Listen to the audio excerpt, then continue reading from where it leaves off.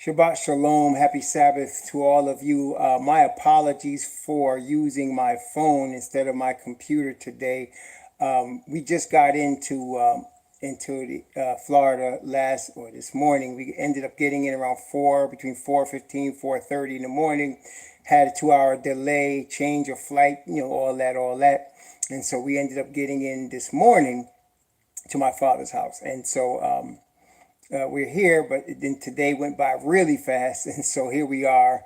And I forgot the adapter for my computer. I got the computer, but I forgot the adapter. So I'm going to have to have my daughter send my adapter FedEx so that it'll be here short term, but it's not going to be here this weekend. So we're doing the Bible study on my phone. It's going to be uploaded as normal, but you're going to see it in this format. I hope you don't mind.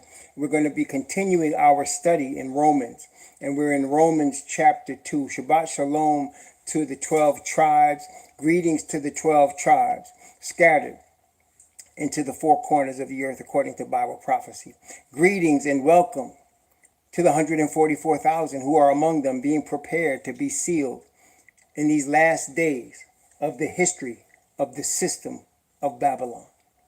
Greetings and blessings upon the Gentiles that have received this truth of the Hebrew Messiah and of the Word alone and the Most High Father alone through His Son Mashiach Yahweh. Greetings and blessings as we're going to study today. Those who have received the gospel of the Messiah, the power of Father Yah unto salvation to all that believe, to the Hebrew first, and also to the Gentile. For therein, that is in the gospel of Messiah, the righteousness of the Father is revealed. Praise the Most High Yah. So we're going to be continuing our study, and greetings to those in the chat, all the brothers and sisters. It comes up and then flashes off on my screen. So I saw Brother Castle King. I saw Sister Wade. I'm not sure who else was there. I saw a bunch of people there. Greetings and blessings and Shabbat Shalom to all of you as we're starting. Just also by way of a general announcement, this Sunday in the Orlando, Florida area, this Sunday, Akawan Banya, Shabbat Shalom, Brother Yashayahu, blessings. Brother Don Hines, blessings. Brother Gary Joseph, blessings to all of you. By way of information, Brother Alex Campos is going to be baptized by the grace of the Most High this Sunday at 5 o'clock. And at 5 p.m. Sunday is the planned baptism. And then Brother Castle King is going to be assisting me with that baptism on Sunday at 5 o'clock. And so we're going to be doing that baptism up in the Orlando area. And then we're going to be eating at a place, Brother Castle King, I think is a place called Duffy's in the same area of Brother Alex Jones, Alex Campos's house. And we're going to eat at this restaurant called Duffy's. So we're going to be there. Duffy's, right. Yeah. So we're going to be there Sunday. Altamonte, right. Altamonte Springs. That's right. Altamonte Springs. I'm still not familiar with this area that much. Praise the Most High for the brothers that know. So Altamonte Springs, we're going to be doing the baptism, and then we're going to be going to Duffy's and fellowshipping together, all of the fam, and my wife and myself, and Brother Campos and his fam, and Brother Castle King and his fam, and any of you that want to come. So the baptism is at 5 o'clock, and then we're coming back into the restaurant after that. So if you want to be there, just let me know. We'll set you up. But yeah, this Sunday, 5 p.m. Eastern Daylight Time, we're going to be doing the baptism. And praise the Most High. I am really astounded at the level of brothers. And I'm not trying to discount the sisters. When I started this ministry by the grace of the Most High in 2004, as I was a Christian at that time, I used to lament because we would get a lot of people coming to the Bible studies, but they were all sisters. And I would lament to my wife. I said, I know the 144,000 are men. I knew that. Even as a Christian, I knew that. But I was wondering where the men were. Where all the Bible students that are men, where they at? And I wasn't seeing them. And I was praying to the Most High and praying and asking Him to guide me to reach the brothers that I knew was coming. I knew that he would find a way, whether it was through me or somebody else. But I wanted to see it. I wanted to see it. And in the last couple of years, brothers have come and really, Brother David in London have finished his first reading of the Bible this past December. Brother Alex Campos finished his first reading of the Bible this week. Okay. Brother Mark finished his first reading last year. And I'm praising the Most High as brothers coming for the word and coming strong for the word. And that's really, my wife and I were rejoicing. And that in itself, brothers and sisters, I told y'all before, I'm going to tell it again. The sign of the end is the Hebrew awakening. And the major sign of the Hebrew awakening is the brothers. Okay? I want to say that again. The sign of the end is the Hebrew awakening. And the major sign among the Hebrews of the Hebrew awakening is the awakening of the brothers. I'm not saying sisters are discounted, but it's men that are going to lead this last effort. It's brothers that are going. When the Bible say 144,000 of all the tribes, and it says of the children of Israel, if you were to look up that word children in that verse, it's men. Of all the men of Israel. Okay? Whenever the Most High finish a war, he numbers the men prepared for war. And we are right now in the greatest war in the history of planet Earth.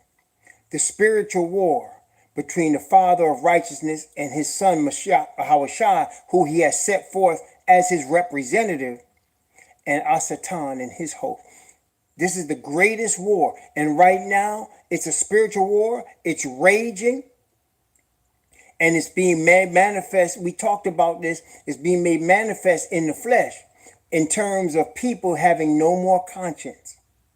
And then other people receiving the seal of Yah in their foreheads. And my brother Alex Campos asked me today, he said, when we receive the seal, does it mean nothing bad will happen to us? And I said, no, it doesn't mean that. When you receive Father Yah's seal, it means you are being prepared, or you are prepared for the kingdom. You have to be prepared for the kingdom. Okay? The story of our fathers coming from Egypt, being delivered from Egypt and going to the promised land, that 40-year period was their preparation for the promised land. The Most High was using the plagues. He was using their experience in Egypt. He was using their experience in the wilderness to prepare them for the kingdom that he has for them. The Most High sent Messiah as the first step in our preparation. The seal means you are ready. Okay? And so we're preparing for the seal so that we be ready to dwell in the kingdom. And I mean us who are alive right now. Not the dead. That's a different story for the dead. But those of us who are alive right now, we're being prepared for the kingdom. Okay? And so I'm praising Yah because I'm seeing brothers they're taking hold of this word and they're reading it and they're eating it up and they're praying to their Father in the name of the Messiah, and they're learning and they're growing. And you know what? When we get ready in 2023, by the grace of the Most High, in Memorial Day weekend of 2023, when we get together, whoever ones of us getting together in that weekend, I want to hear the testimonies. And I'm sure y'all, I want to hear the testimonies of the brothers, because I'm going to say something right now that I'm going to say by faith, but I know it's real and y'all could bear witness. The brothers that are studying the word right now, the brothers that are studying the word and praying to their Father, I'm going to guarantee you something. They're growing in knowledge of the word more than they ever have in their life. Am I telling a lie? Can y'all bear witness? Those that are studying the word of the Most High for themselves and praying to their Father in the name of Mashiach Yahushua, they are growing in knowledge of this word more than any other times in their life. They're growing in understanding. They're growing in closeness to their Father. Right? It's true, right? And so that's what I'm saying. And that's no coincidence. That's what I'm so excited about, man. That's the sign. You see, people are looking for signs. Christians looking for signs, and they're looking for signs in the earth. And yes, there's signs in the weather. There's signs in the weather. People are looking. The Adventist Church that used to teach us look for the National Sunday Law, which is never going to happen. That's another sign they're looking for. That's not a sign. People looking at the Vatican as a sign. That's not a sign. People are looking at the U.S. government as a sign. That's not a sign. And guess what? Only the Hebrews will see the sign. It's not for everybody. And we will see it because it's happening among us. That's why we'll see it. The Bible he said about the Hebrews, he said, you are my witnesses. He said, you are my witnesses. That's what the Father said. You are my witnesses. That he is Yah and there's none else. He said that. You are his witnesses. So the awakening of the Hebrew males is the sign. But only us among the Hebrews and the Gentiles that are with us will see it. The earth will not see it. And that's why it's going to come on them as a thief in the night. It's not going to come on us as a thief in the night. Because we're going to see it among us. Understand? We're going to see it among us. It's like, let me give you a little parable to help understand this. In the black community, when there raises up a tremendous athlete in terms of usually it's basketball. When a basketball player is coming up in the black community, the people in the Caucasian community, the other community, they don't know nothing about him. But we know about him before everybody else knows about him. We know about him. Why do we know about him? Because we're there. He's among us. Okay? Back in the day, there was a basketball player coming up out of D.C. His name was Alonzo Mourning. And the reporters would start to ask, who is this guy, Zoe? Who's this guy? And the people said, man, Zoe's going to be a bad man. And they said, who is he? They didn't know. But in the black community in D.C., they knew all about him. Because he was coming up. And that's how the sign's going to be for us. It's not going to be in the media. It's not going to be in, it's not going to be in the media. What the brothers say, Gil Scott Hearn, the revolution will not be televised. It's not going to be in the media. It's going to be on the street level. Like Malcolm X said, it's going to be on the street level. It's not going to be among the, how can I put this nicely? Among the unawakened Hebrews in the media. They're not going to know nothing about it. It's going to be on the street level. Because the awakening among the black males, the Hebrew males, is going to be seen among us. And we'll know. That's what I'm saying right now. Because the brothers getting into the word. Going to know. Going to know. Okay. I remember it was back in, I don't know, maybe it was 1988, 89. I was coaching a basketball team in Hartford, Connecticut. And the kids that I was coaching said, oh, you got to let Marcus play. Let this kid Marcus play. I didn't know who he was. This tall, gangly boy. But I tell you what, but I knew quickly that he was going to be something else. And then, but nobody outside the community knew him. Nobody knew him. And then all of a sudden, when he became 18, everybody knew him. But he started in our community. Nobody knew. It's the same thing with the 144,000. Nobody will know. It's going to start among us. Those of us that are seeking truth. And then, of course, among the Gentiles, generally, it's the poorer class of Gentiles. The poorer class of Gentiles will know also. Okay? And that's the awakening. That's already happening. With the brothers studying the word. With the brothers getting enlightened from the Father.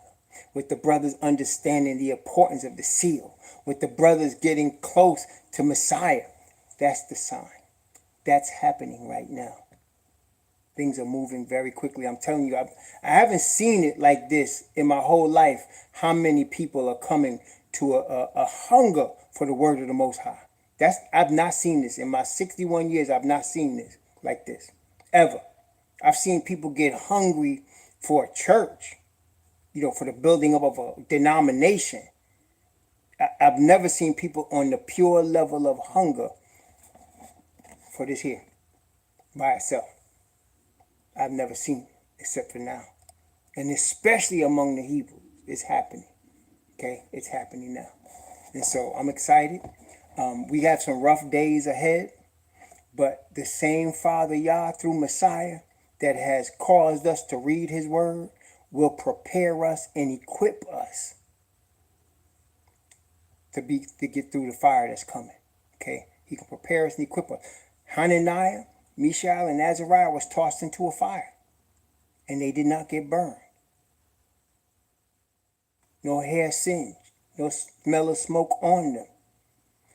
The Most High will keep us. Okay, let's take a look at Psalms 91. Psalms 91. As we're getting ready to go into Romans chapter 2. Psalms 91. Praise the Most High, Brother Hines. Keep doing that. Start in Genesis. Go through the Revelation. And when you get done, it'll take you a minute, but it's worth the time. It's a spiritual exercise.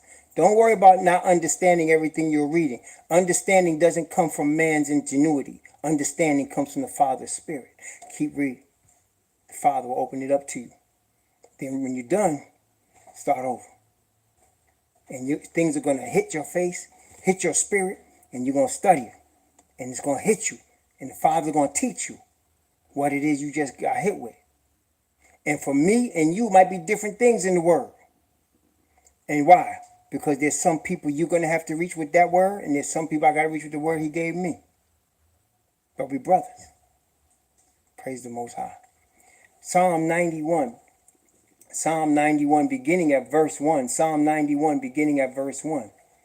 He that dwelleth in the secret place of the Most High shall abide under the shadow of Al Shaddai. I will say of Yahweh, he is my refuge and my fortress, my Most High. In him will I trust.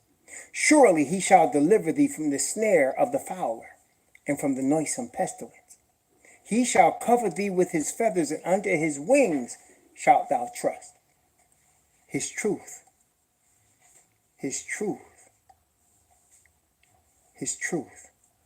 shall be thy shield and buckler. Thou shalt not be afraid for the terror by night, nor for the arrow that flieth by day, nor for the pestilence that walketh in darkness, nor for the destruction that wasteth at noonday. 1,000 shall fall at thy side, and 10,000 at thy right hand, but it shall not come nigh thee.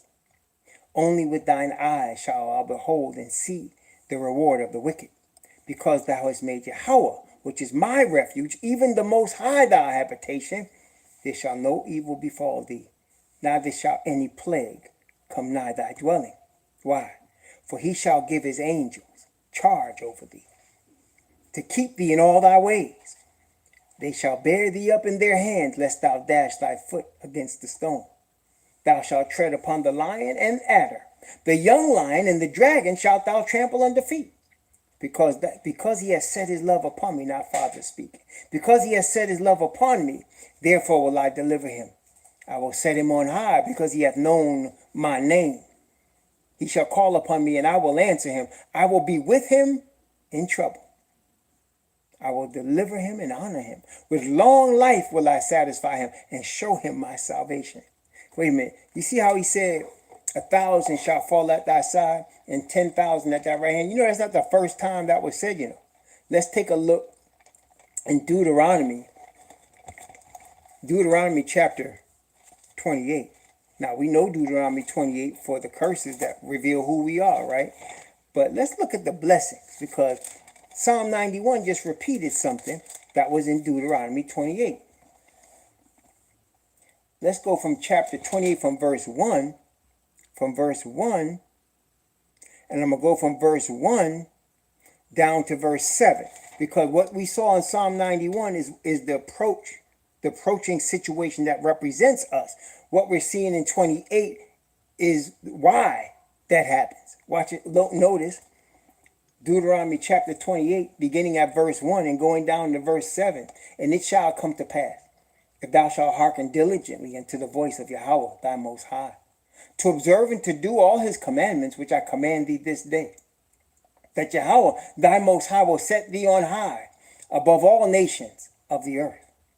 And all these blessings shall come upon thee and overtake thee, if thou shalt hearken unto the voice of Yahweh thy most high. Blessed shalt thou be in the city, and blessed shalt thou be in the field. Blessed shall be the fruit of thy body, and the fruit of thy ground, and the fruit of thy cattle, and the increase of thy kind, and the flocks of thy sheep. Blessed shall be thy basket and thy store. Blessed shalt thou be when thou comest in, and blessed shalt thou be when thou goest out. Yahweh shall cause thine enemies that rise up against thee to be smitten before thy face. They shall come up against thee one way, and shall flee 7 ways. The Bible says in another place, one of us shall chase 1,000, and 5 of us shall put 10,000 to flight. This is the heritage. This is the blessing when we have Father's Spirit sealing us. As Babylon is being destroyed, you see, brothers and sisters, we are all brainwashed by Babylon. And the awakening is happening because of the word of the Most High. When you study the word of the Most High, what you begin to understand is that the blessing Father is talking about is not like we're going to become $100 million people. It's not about money. The blessing is having his spirit with us. The blessing is him saying, I'm going to go with you. That's the blessing. I'm going to go with you. If Father Yah is with us, there's no force on earth, no power that's able to withstand us. There's no money that could buy that. There's no money that could buy that. That's what he's preparing us for. That's the sign among us. Brothers and sisters, you see Messiah walked on water? Some of us going to walk on water. You see Messiah cast out devils? Some of us going to cast out devils. You see Messiah multiply food? Some of us going to multiply food. Some of us going to heal the sick. Some of us going to raise the dead. That's the blessing of the Father's Spirit upon us. Ain't no money that worth that. Okay? They're going to be scared. And the angels are going to be with us. We read it. He's going to give his angels. He's already done it. Angels are with us right now. Angels are the one that talk to us, and we thinking it's just us saying, I want to read the word. No, that's not you. That's the angel of Yah telling you, read your word. Read your word. Okay? Read your word. Praise the Most High. Yeah. It's getting to that, brethren. It's getting to that. So, that's what we're being prepared for. Now, Brother Castle King, thank you. Brother Castle King just posted the scripture. I want to share it. It's in Deuteronomy chapter 32. Deuteronomy 32 is powerful. 28 wakens us up, but Deuteronomy 32 is powerful. Now, one of my favorite chapters is chapter 30, because that's what I call the chapter of the awakening. But Deuteronomy 32 is powerful. And he gave me Deuteronomy 32, verse 30. Wait. Look there. Verse 30. I'm going to start at verse 29. I'm going to start at verse 29 and go down to verse. Let me see. Man, I'm gonna start at verse 26 when he talks about scattering us. And I'm going to go down from verse 26. I'm going to go down from verse 26 down to verse 31. You know, we got to do a little context. From verse 26 to 31 of Deuteronomy chapter 32. You're warming up for what we got to study today. You ready? Let's go. I said, I would scatter them into corners. I would make the remembrance of them to cease from among men. That's our current situation that we're now awakening from. He said he scattered us into corners, make our remembrance to cease. We don't even know who we are. We don't even know what our name is. We don't know our original language. But were it not that I feared the wrath of the enemy, lest the adversaries should behave themselves strangely, and lest they should say, our hand is high, and Yahweh have not done all this. For they are a nation void of counsel, neither is there any understanding in them. Talking about the heathen that captured us. Oh, that they were wise. Talking about us too. Oh, that they were wise and they understood this, that they would consider their latter end. How should one chase 1,000 and two put 10,000 to flight, except their rock had sold them and Yahweh had shut them up? For their rock is not as our rock, even our enemies themselves being judges. Yes, brothers and sisters. One should chase 1,000, two put 10,000 to flight, brothers and sisters. I don't care what weapons they have. The weapon's not going to help them if the Father's Spirit is with us. Just saying. Okay? That's why I keep reading the Word. Keep reading the Word. Keep praying to your Father. Keep seeking Messiah to get closer to your Father. He'll bless you. Okay? Now, we were talking about Romans chapter 2. And the question was asked, what is a Jew? You recall. And you remember we went through the Kings, and I think it was First Kings. We went through and we saw Solomon caused the kingdom to be divided into the northern kingdom, which is 10 tribes, and the southern kingdom, which represented Judah and Benjamin. Okay, now Levi was scattered throughout the 12 tribes. Okay, we always understand Levi is a priest. Levi was scattered. Levi is the Most High's inheritance. Why? Because he chose Levi instead of the firstborn. That's why he chose Levi. He said, I'm choosing Levi instead of the firstborn. Because he killed all the firstborn in Egypt. He said, but he's using Levi as the holy ones from the firstborn. So Levi is his firstborn. Okay? And of course, Moses was a Levite. And of course, Aaron was a Levite. And they led Israel out of Egypt. But we know that Messiah is from Judah. Because out of Judah comes the lawgiver. Right? And so you had Messiah, and what's different about him? Remember, never forget, brother. If somebody will ask you, well, why is Jesus so important? Elijah Muhammad is Jesus. Master Farad is Jesus. When they blaspheme him like that, tell them this. There's no man that ever walked the earth that is prophet, priest, and king. You'll catch that, right? There's no man that ever walked the earth and walked the earth for Father Yah that is prophet, priest, and king.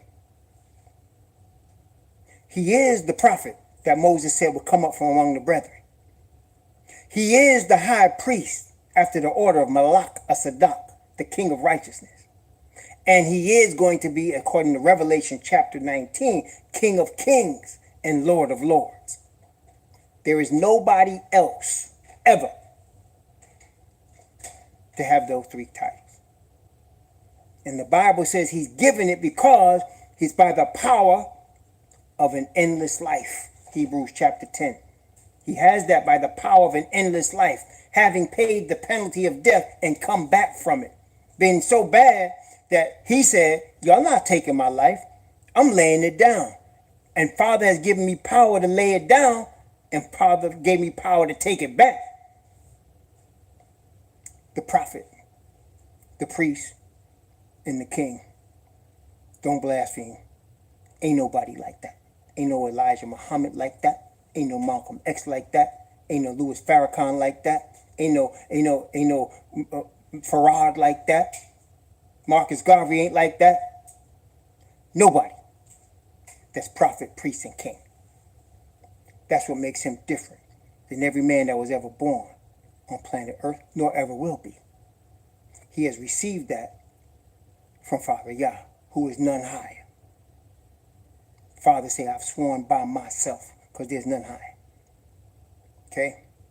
Now, we talked about what is a Jew. So out of the 12 tribes, we saw the northern tribe under Jeroboam, the son of Nebat, went berserk. They set up 2 calves in Ephraim, and they set up 2 calves in Dan, which is why when you look on the list of the 144,000, you will not see Ephraim and Dan. Not that they're lost. They're not lost now. But they're not representing 144,000. Okay? You see Manasseh for Joseph, and you see Joseph himself. You do not see Ephraim and Dan, because Ephraim was with Jeroboam the son of Nebat, set up them calves. And they did it in Dan as well. Now, again, all them brothers going to have their names on the city, and you're going to see them tribes there. But in terms of the 144,000, the last men sealed, you don't have no priest from there. Because they set up any kind of priest they wanted to. That's blasphemy. Okay? Now, what you had left was David's seed. Because the Most High said, I'm going to leave a seed for my servant David. And out of David came Messiah. So you had the tribe of Judah, which represented the southern kingdom. And of course, some people call it Yahudi. Some people call it Yahwadah, if you want to use the ancient Hebrew, Yahwadah. But it means Judah, where you get in English, Jew. Okay, Jew. And in the language of like at the time of the Holocaust, they call it Juden. That was the Germans' name for the Ashkenazis, Juden. But that's where you get it from. It's the descendants of David and the descendants of Benjamin. Those are Jews. They did not exist when the 12 tribes first came into being by the Father because there was 12 tribes. Now we've all been scattered, which now we're just, as it was called in Exodus. What did they call them in Exodus? They didn't call them Jews. You ain't see no word Jew in Exodus. You're not going to see it there. Because all 12 tribes was captive in Egypt. And the tribes were called Hebrews. From Eber, the grandson of Arphaxad, the son of Shem, the son of Noah. Eber, Hebrews. And then, down the line, when Abraham was blessed with the promised son, Yesha'ak, to laugh, Isaac, and then Isaac was blessed with his son, Yaakov, who became Israel. The chosen people became a nation of Israel, who were Hebrews. Okay, so the chosen people today are Hebrew Israelites. Israel coming from Jacob, and Hebrew coming from Eber from Shem. Hebrew Israelites. And we know that there are those misrepresenting that term, and that's all good. Don't matter to us. What matters to us is Father's righteousness. He'll straighten out everything else. You understand? Now, let's show that in the Word in Psalms 105. While we're in the Psalms, Psalms 105. We're not going to read the whole Psalm. I'm going to read from verse 1 down to verse 12. Psalms 105, 1 through 12. O give thanks unto Yahweh, call upon his name. Make known his deeds among the people. Sing unto him, sing psalms unto him. Talk ye of all his wondrous works. Glory ye in his holy name. Let the heart of them rejoice that seek Yahweh. Seek Yahweh and his strength. Seek his face evermore. Remember his marvelous works that he hath done, his wonders and the judgments of his mouth. O ye seed of Abraham his servant, ye children of Jacob his chosen. He is Yahweh our most high. His judgments are in all the earth. He hath remembered his covenant forever, the word which he commanded to 1,000 generations, which covenant he made with Abraham, and his oath unto Isaac, and confirmed the same unto Jacob for a law, and to Israel for an everlasting covenant, saying, Unto thee will I give the land of Canaan, the lot of your inheritance, when they were but few men in number, yea, very few, and strangers in it. Yes. So, brothers and sisters, the Jew comes from Israel. He is what's left, or he was what was left of Israel. The Jew was scattered by the Romans the final time. In AD 70, the Romans came and attacked Jerusalem as Messiah said they would. Matter of fact, let's take a look at that in Luke chapter 21. Luke chapter 21. Luke chapter 21, Messiah is telling us what was going to happen to our fathers, which were the Jews. Luke chapter 21. And he's prophesying, and I'm going to start at verse 19. I'm going to start at verse 19. Luke chapter 21, I'm going to read from verse 19 down to verse 24. Luke chapter 21, from verse 19 down to verse 24. In your patience possess ye your souls. And when ye shall see Jerusalem compassed with armies, see, he's giving a sign for Jerusalem, then know that the desolation thereof is nigh. So he's telling us Jerusalem's going to be desolate, destroyed. Then let them which are in Judea flee to the mountains, and let them which are in the midst of it depart out, and let not them that are in the countries enter thereinto. For these be days of vengeance, that all things which are written may be fulfilled. Woe unto them that are with child, and to them that give suck in those days. For there shall be great distress in the land, and wrath upon this people. That's our fathers, that's the Hebrews. And they shall fall by the edge of the sword, and shall be led away captive into all nations. And Jerusalem shall be trodden down of the Gentiles until the times of the Gentiles be fulfilled. There you go. So Judah and the Jews were scattered. We went into Africa, what is now called Africa. It wasn't called Africa then. Then it was Mizraim and Cush. We went through there.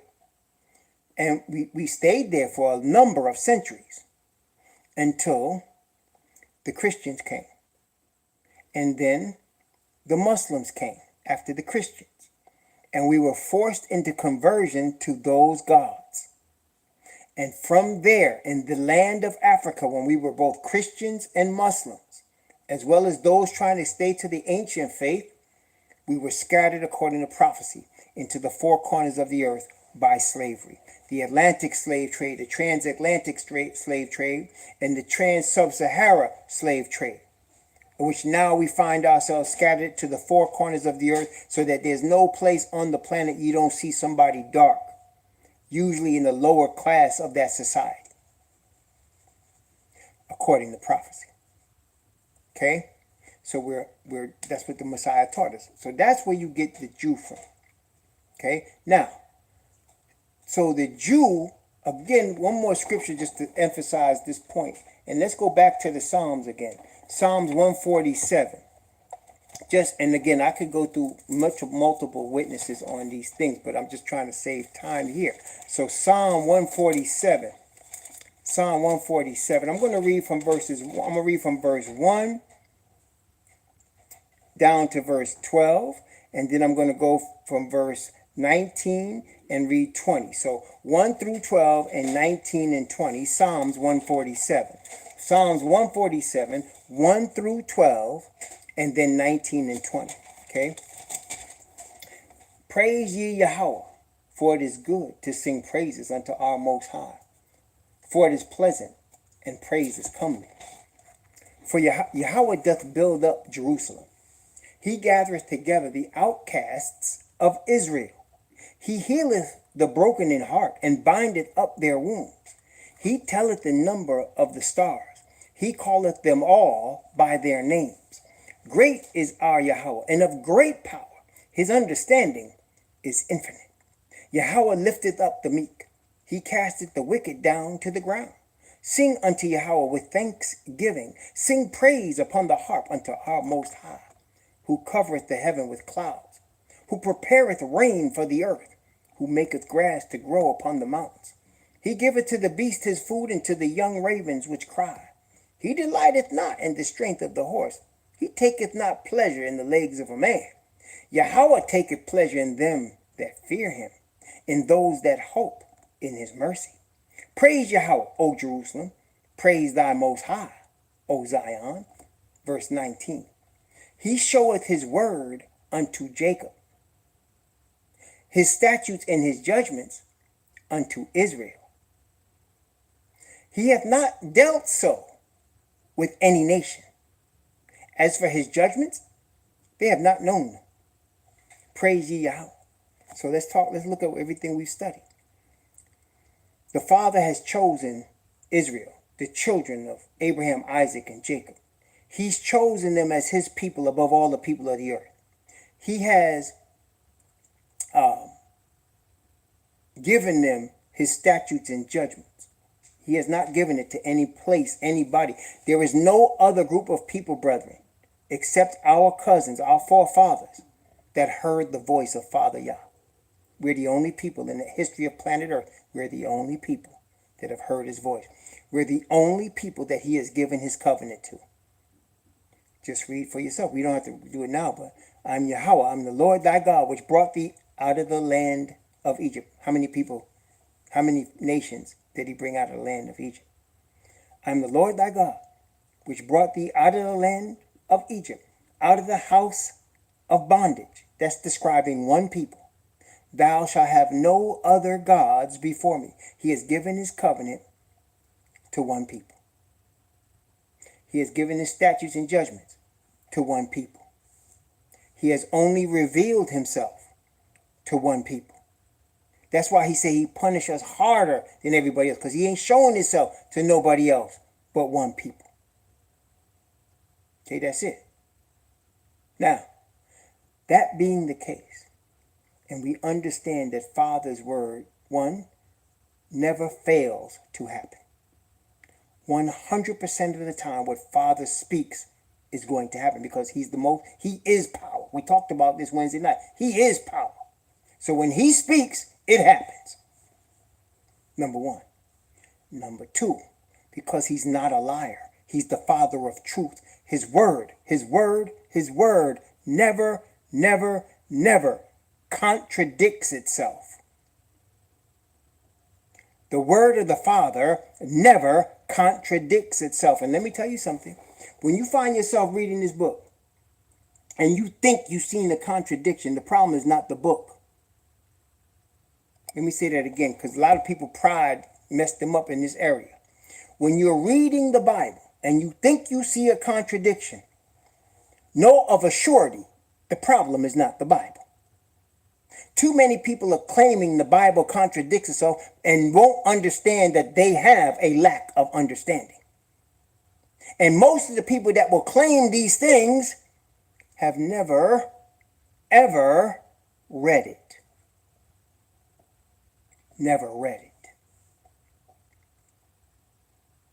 I mean, like we're doing, starting at Genesis and finishing at Revelation, then starting over. Yet they're going to tell you it contradicts itself. How you going to read part of a book and claim it contradicts itself? That's the pride of man. I've seen it. I've seen it in people claiming to be Hebrew, claiming to be awakened. Talking about his mistake. It's got mistakes in it. It's got mistakes in it. It contradicts itself. No, the problem is the person reading it. You never tell the master they're wrong when you're a disciple. You're following what I'm saying? If you're a disciple now, you never tell the master they're wrong. You've never challenged the master. You don't do that. Okay, Korah, Dathan, and Abiram came and tried to challenge Moses. The earth opened her mouth and swallowed them alive with their families. You never challenge Yah. That was Moses now. We talking about the Father. Okay, so most people that try to tell you it contradicts itself or is not real have never read it. Don't understand it. Okay, just period. So these things are foundational to the following of the word. Now, that being the case, when the Father has ordained that Abraham's children and Jacob's children, Israel, are going to be his chosen, and they're going to be perfected, and they're going to have his name written in their foreheads, and they're going to be a nation, and he's going to gather them, that is going to happen. And that, as we talked about at the start of the Bible study, That is the sign, because that is going to happen. All we're doing is bearing witness to the sign. Okay? That being the case, that is why when we're reading Romans, the apostle writes in his epistle to the Jew first and also to the Gentiles. Now, it's because of Christians like William Tyndale translating the Bible. They did not understand what I just said in terms of what an Israelite is and what a Jew is. Isn't that amazing? Now, this is what I say to people that come at me saying, well, the King James Bible is a white man's book. That's a Roman Catholic book. Well, brothers and sisters, if it was a white man's book, wouldn't it exalt the white man? I mean, right? I mean, that's logical, right? You would say, if a white man wrote this book, wouldn't it tell you that the white man is God? But it doesn't. Does it? Wouldn't it tell you that the Roman Catholic Church is the only true church? Now, there's some Bibles out there that do that. It does that in the Apocrypha. But it doesn't do that in the King James Bible.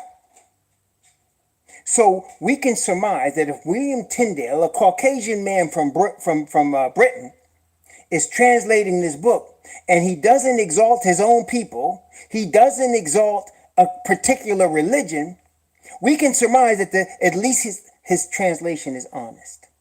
Can we not? He doesn't have a bias in his translation.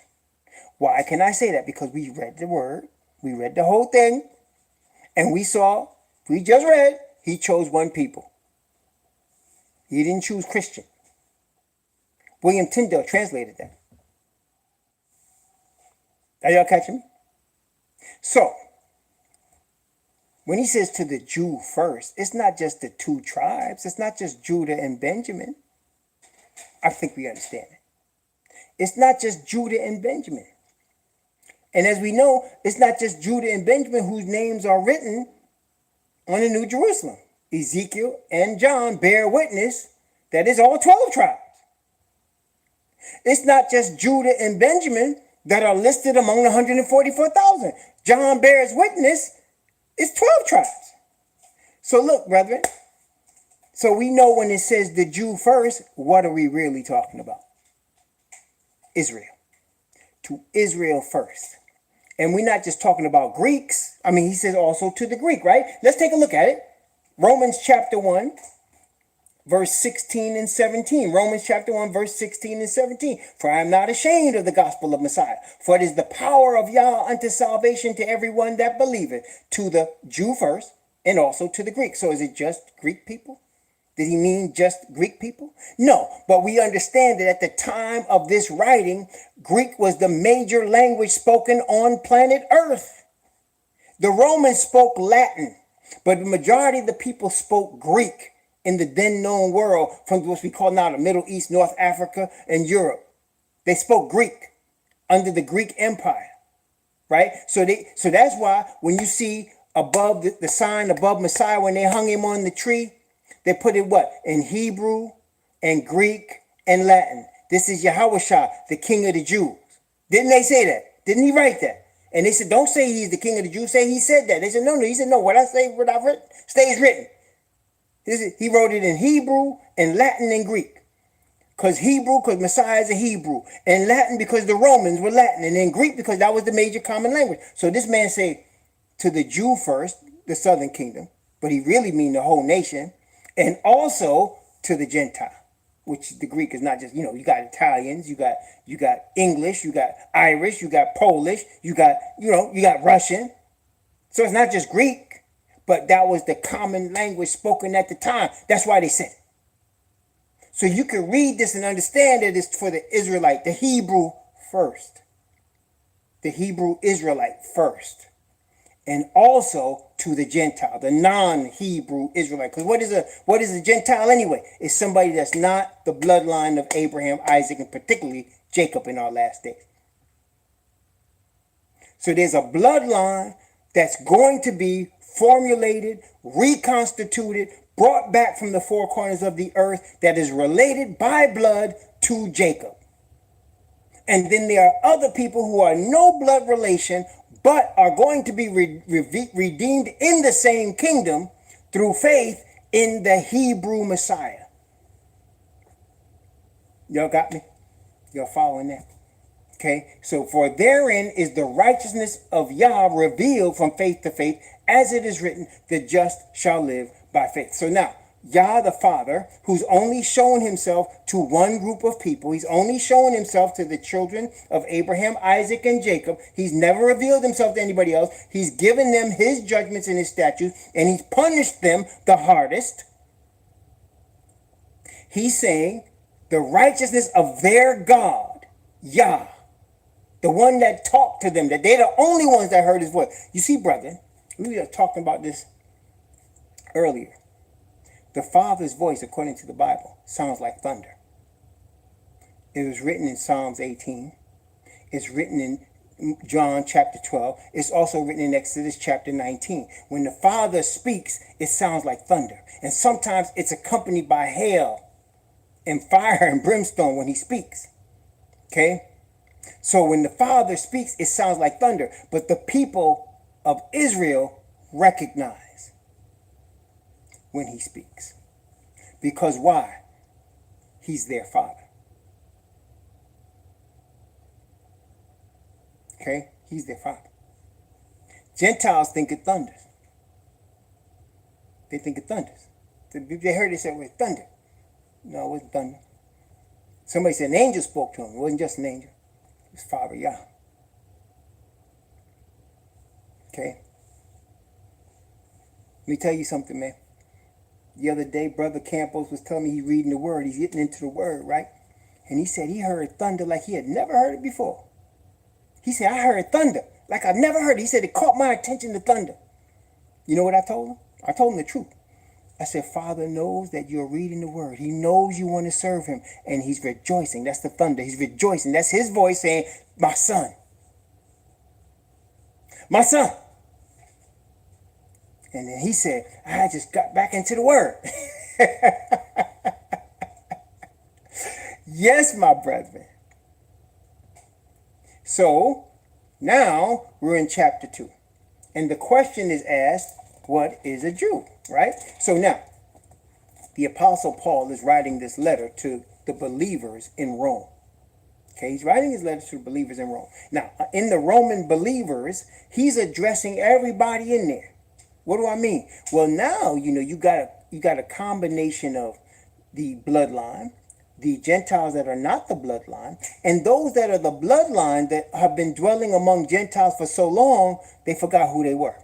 All of that is now coming back as the Apostle Paul is bringing the gospel of Messiah.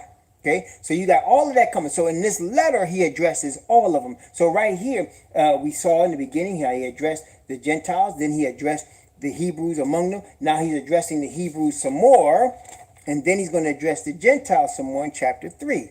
But he's going to tell us, we started, what is a Jew, right? So we know bloodline-wise what that is. But now he's going to get deeper.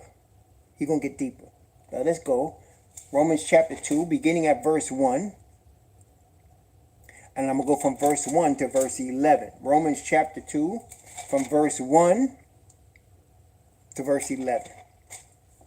Therefore, thou art inexcusable, O man, whosoever thou art that judgest. For wherein thou judgest another, thou condemnest thyself. For thou that judgest dost the same things. But we are sure that the judgment of Yah is according to truth against them which commit such things. And thinkest thou this, O man, that judgest them which do such things, and dost the same, that thou shalt escape the judgment of Yah? Or despisest thou the riches of his goodness and forbearance and long suffering, not knowing that the goodness of Yah leadeth thee to repentance? But after thy hardness and impenitent heart treasurest up unto thyself wrath against the day of wrath, and revelation of the righteous judgment of Yah, who will render to every man according to his deeds. To them who by patient continuance in well-doing seek for glory and honor and immortality, eternal life. But unto them that are contentious, and do not obey the truth, but obey unrighteousness, indignation, and wrath, tribulation and anguish upon every soul of man that doeth evil, to the Jew first, and also to the Gentile. But glory and honor and peace to every man that worketh good, to the Jew first, and also to the Gentile. For there is no respect of persons with Yah. So now he's setting the argument. What is the argument? Well, the Hebrews at the time were saying we're the chosen people. So therefore, everybody else is lesser than us. Therefore, all of their evil deeds that them Gentiles do, don't even go in their house. Don't even talk to them. Don't even deal with them. And the apostle is here saying, yes, the Hebrews have been chosen. But anybody that does evil, whether they Hebrew first, because you got the truth, or Gentile, you're going to suffer the consequences of doing evil. And everybody that doesn't practices righteousness best they can, to the Hebrew first who've been given the laws of righteousness, and to the Gentile even that don't know but practice the truth in conscience, they're going to be blessed. So he said there's no respect of persons in terms of judgment. Now, again, some people get it twisted. I've heard Christians say, well, this means that there's no more Hebrew, there's no more Jew. No, that's not what it's saying. What he's saying is all men are going to be judged according to their works. The Hebrews first because of what they've been given, and the Gentiles also.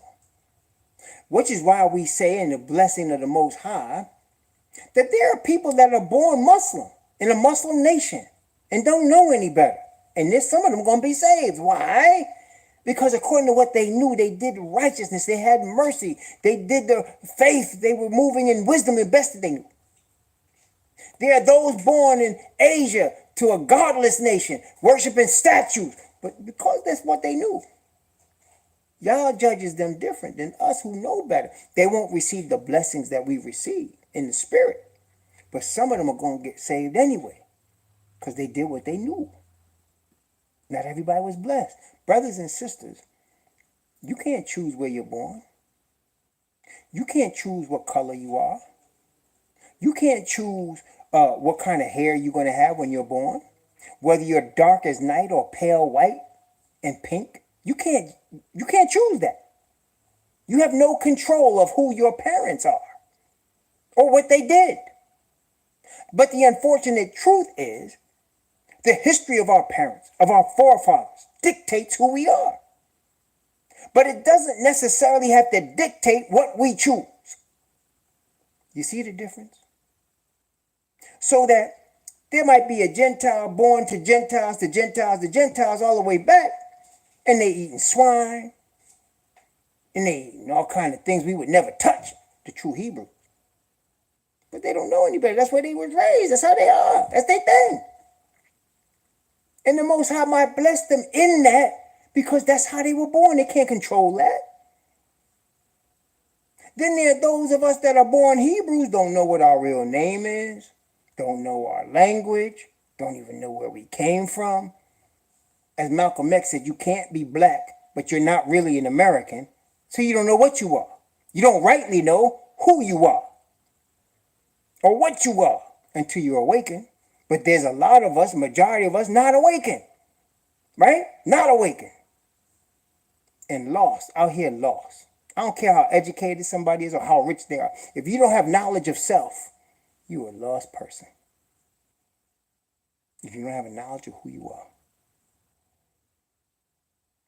But now Yah is awakening some of us to the knowledge of self. You understand? And that's causing us to come to Father Yah, and he builds us up in the spirit.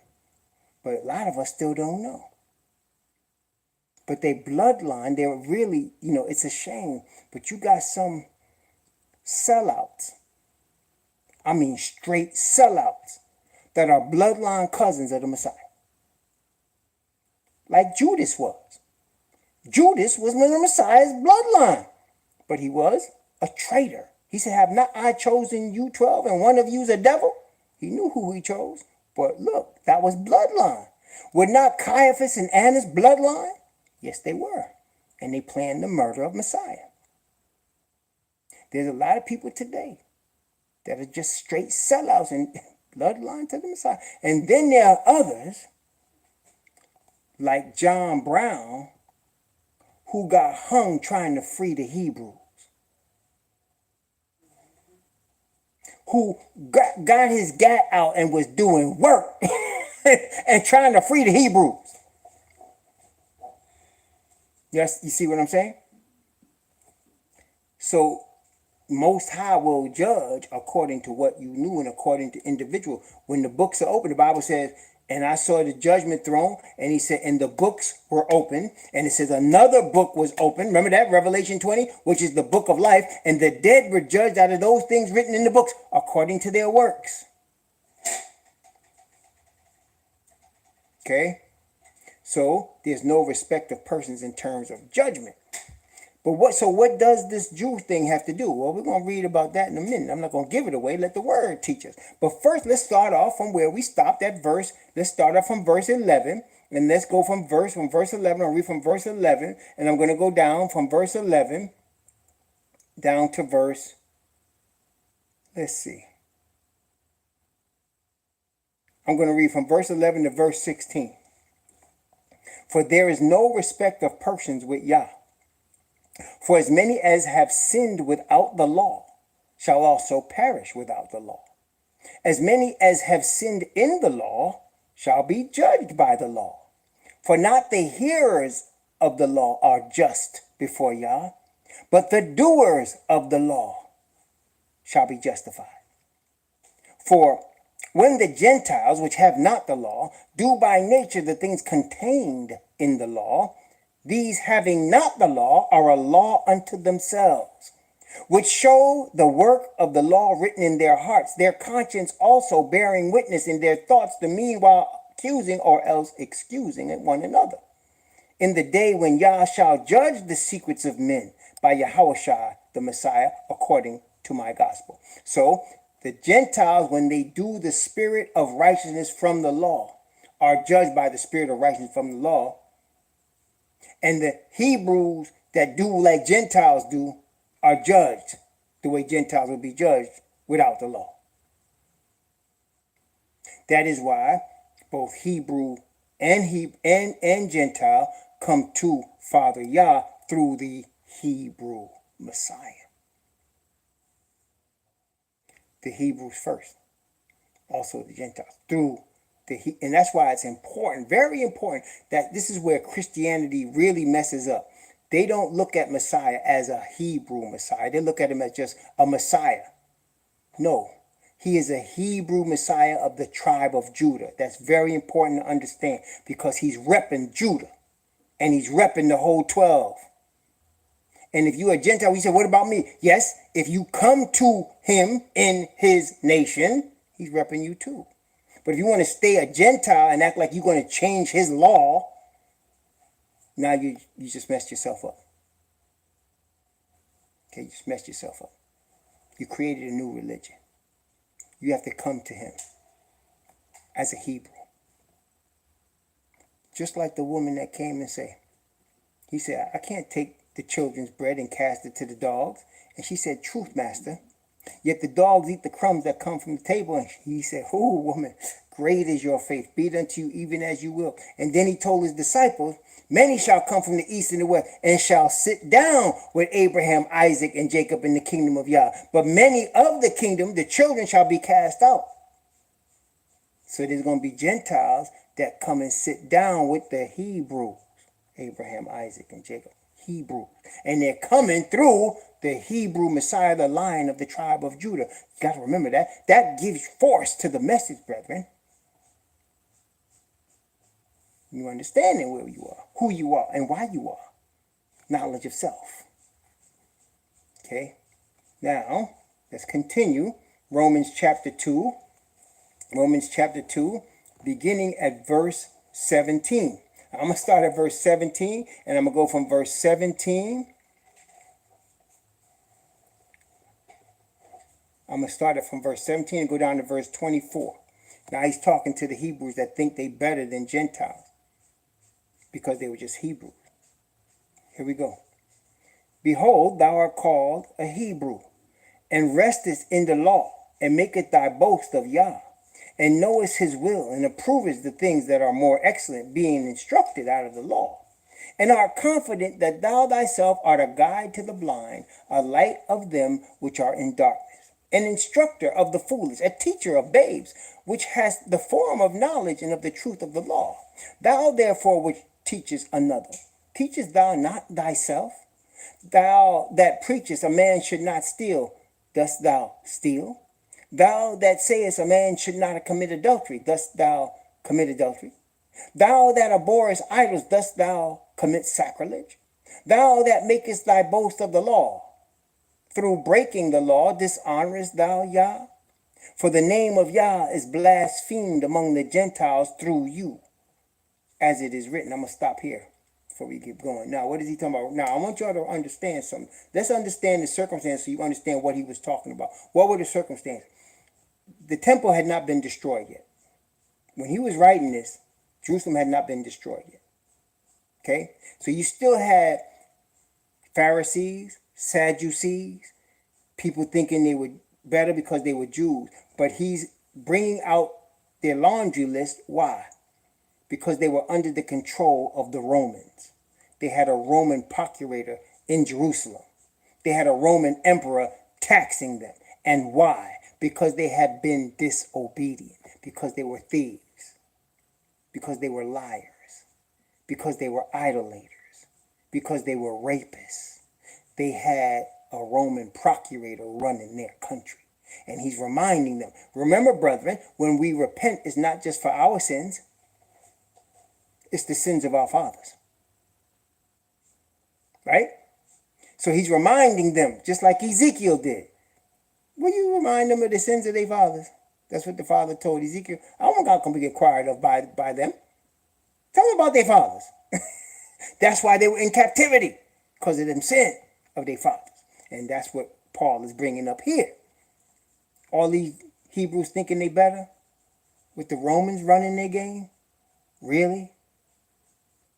Or you going to teach Gentiles and the Romans running your game? Really? Trying to bring them off their high perch. Because at that time they were not scattered the way they would be after AD 70. This was prior to Messiah's fulfillment of what we read in Luke chapter 21. So he's breaking down their laundry list so that they can be humble and not just think they're better than people because of their bloodline. They have to render obedience. Okay? All right. Romans chapter 2. Let's start at verse 25 and go down to verse 29. Romans chapter 2 from verse 25 to verse 29. For circumcision verily profiteth if thou keep the law. But if thou be a breaker of the law, thy circumcision is made uncircumcision. Let me stop here. So circumcision was a sign of obedience to the covenant. Abraham was told to put the sign in the flesh of his children, of him and his children, all his male children, as a sign that they were part of the covenant of Yah. Okay? But he said, so if you get your flesh circumcised, but you're disobedient, then the circumcision doesn't mean anything.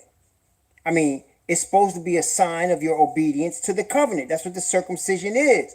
It's a sign in your flesh as the children of Abraham, that you're a child of Abraham and an obedient servant of Abraham's God, Yah.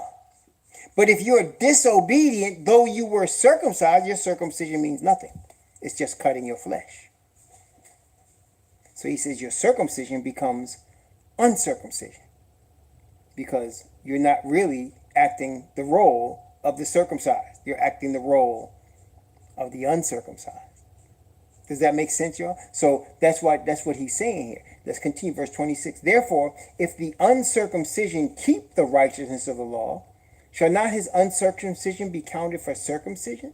Right? So if a person was never circumcised as a sign of obedience and the sign of Abraham's children, but they're obedient to Yah's law, does he not count them as circumcised even though they're not circumcised? And why? Because only Abraham's seed was commanded to be circumcised, not the Gentiles. That's why he said in Acts, Gentiles did not need to be circumcised because that wasn't given to them. It was given to Abraham's seed.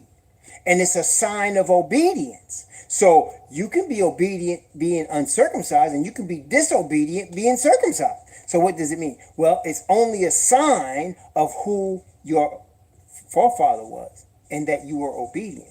So that was given to Abraham's children. That has not been done away with. But for Gentiles that are not the bloodline, they never were asked to be part of a circumcised nation. I mean, to be circumcised themselves. But they're part of a circumcised nation. Let me get that right. They are part of a circumcised nation, but not as circumcised men, as obedient to the Spirit of the Father. Okay? All right? So now, let's continue. Verse 27. And shall not uncircumcision, which is by nature, if it fulfill the law, judge thee, who by the letter and circumcision dost transgress the law? For he is not a Hebrew, which is one outwardly. Neither is that circumcision which is outward in the flesh, but he is a Hebrew, which is one inwardly. And circumcision is that of the heart and of the spirit, not of the letter, whose praise is not of men, but of Yah. So he's telling you who the true people of Yah are, based on the spirit that actuates them to obedience. Again, this is not doing away with circumcision. If you read Acts 15 and 16, you'll see that. It's just saying that the Gentiles who are called the uncircumcision, if they obey Yah's law by his spirit, they're just as accepted as a Hebrew who was circumcised. And even more so than a Hebrew who is circumcised and is disobedient. Okay then.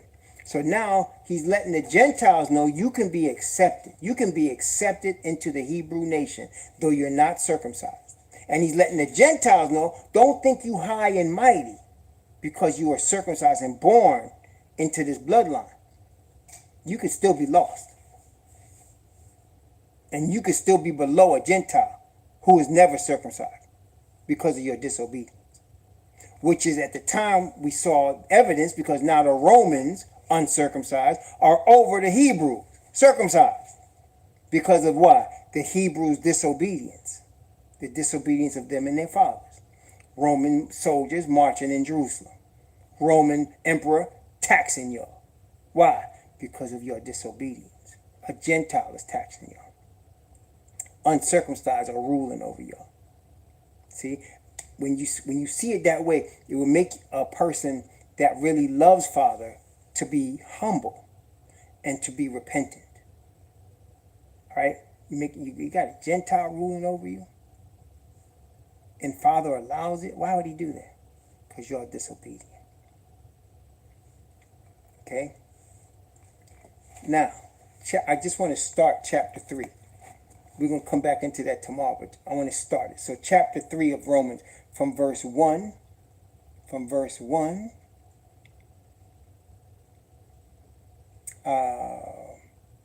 going to go from verse 1 down to verse 4. Yeah. So from verse 1 down to verse 4. We're just going to start that. Romans chapter 3 from 1 to 4. What advantage then hath the Hebrew? Or what profit is there in circumcision? So if a Gentile can be saved being uncircumcised, why? What's the difference? Why should we get circumcised? What does it mean if we are Hebrew? Okay, what does he say? Verse 2, he answers the question. Much every way. See, for those trying to say there's no such thing as Hebrew anymore and the law has been done away with. No. What he said, he asked the question. What advantage then hath the Hebrew? What profit is there in circumcision? Much every way. Why? Chiefly or mainly because unto them were committed the oracles of Yah, which is what we read earlier. Why do they have an advantage? Because they were chosen by the Father. There's no other people on the earth chosen by the Father. That's what makes all the difference.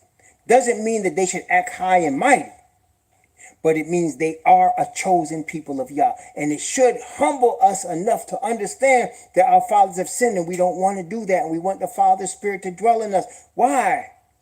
So that Father can be glorified, that his word will come to pass in us. Much every way, because chiefly unto them were committed the oracles of Yah. Committed to our fathers. Committed to our cousin. Okay? All right?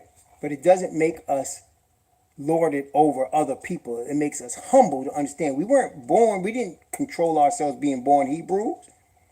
But the Father had us be born Hebrews so that we can glorify his name.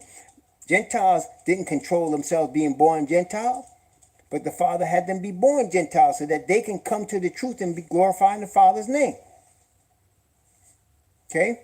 But he still has an order. Verse 3. For what if some did not believe? Shall their unbelief make the faith of Yah without effect? Yah forbid. Yeah, let Yah be true, but every man a liar, as it is written, that thou mightest be justified in thy sayings, and mightest overcome when thou art judged. That's from Psalm 51. Thou mightest be justified when thou speakest, and be clear when you judge. So, Father has ordained the order, not man. And because Father has ordained the order, every man, no matter where you're born, has an obligation to give Father Yah his glory.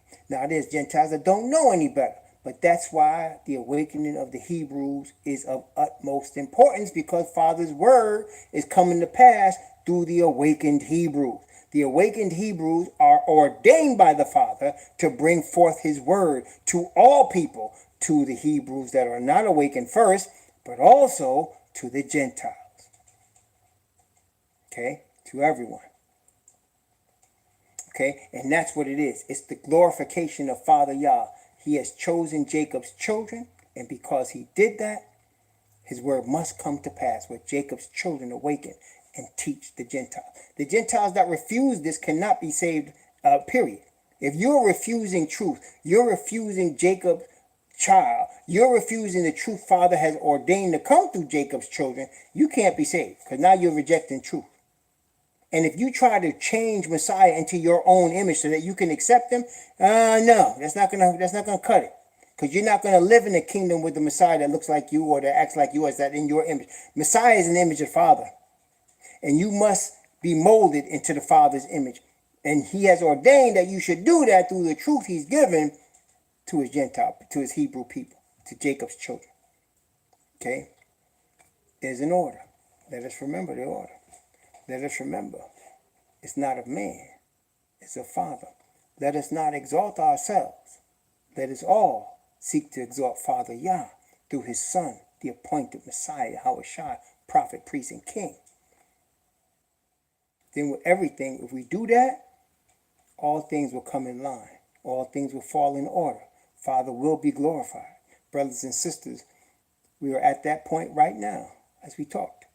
Brothers are coming to this truth. They're coming to the word of the Father. They're coming to the Father through Messiah. They're studying for themselves. They're receiving Father's Spirit to glorify his name. Let us all seek to endeavor to do that, whether we be born a Hebrew or whether we be born a Gentile. Let us continue to seek the Father Yah to bring glory to his name. My apologies again for the platform. I'm going to try to contact my child, my daughter, see if she can send me from Washington, D.C., my adapter, so we can do it back on the computer. But until then, we're going to have to do it this way, okay? May the Most High bless you and keep you. May he cause his face to shine upon you and be gracious unto you. And may he lift up his countenance upon you and give you peace. We'll come back in chapter 3 by the grace of the Most High tomorrow. Shabbat. Shalom.